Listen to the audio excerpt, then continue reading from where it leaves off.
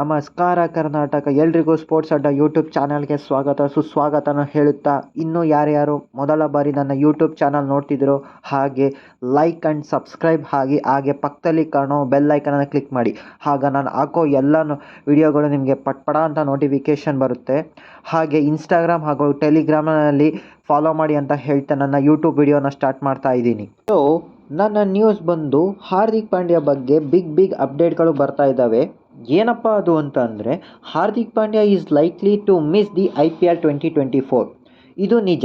ಮೊನ್ನೆ ತಾನೇ ಮುಂಬೈ ಇಂಡಿಯನ್ಸ್ ಅವರು ರೋಹಿತ್ ಶರ್ಮಾನ ಮುಂಬೈ ಇಂಡಿಯನ್ಸ್ ಕ್ಯಾಪ್ಟನ್ಸಿಯಿಂದ ಕೆಳಗೆ ಇಳಿಸಿ ಹಾಗೆ ಹಾರ್ದಿಕ್ ಪಾಂಡ್ಯ ಅವ್ರನ್ನ ಕ್ಯಾಪ್ಟನ್ ಆಗಿ ಮಾಡಿರೋದು ನಿಮ್ಗೆ ಎಲ್ರಿಗೂ ಗೊತ್ತಿರೋ ವಿಚಾರನೇ. ಆದರೆ ಈಗ ಅದು ಮ್ಯಾಟ್ರ್ ಅಲ್ಲ.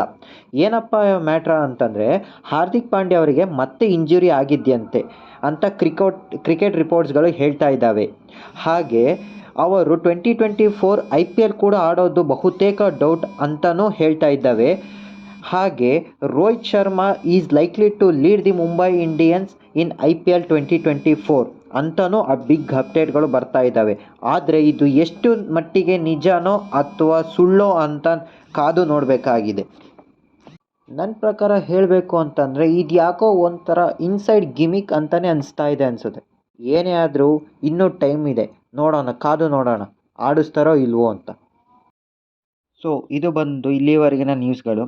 ಮುಂಬರುವ ಎಲ್ಲ ನ್ಯೂಸ್ಗಳ ಅಪ್ಡೇಟ್ಗಳನ್ನು ತರುವವರೆಗೂ ನಮ್ಮ ಚಾನಲನ್ನು ಸಬ್ಸ್ಕ್ರೈಬ್ ಆಗಿ ಹಾಗೂ ಇನ್ಸ್ಟಾಗ್ರಾಮ್ ಆ್ಯಂಡ್ ಟೆಲಿಗ್ರಾಮಲ್ಲಿ ಫಾಲೋ ಮಾಡಿ ಅಂತ ಕೇಳಿಕೊಳ್ಳುತ್ತಾ ಈ ವಿಡಿಯೋವನ್ನು ಇಲ್ಲಿಗೆ ಮುಗಿಸುತ್ತಿದ್ದೇನೆ. ನಮಸ್ಕಾರ ಕರ್ನಾಟಕ.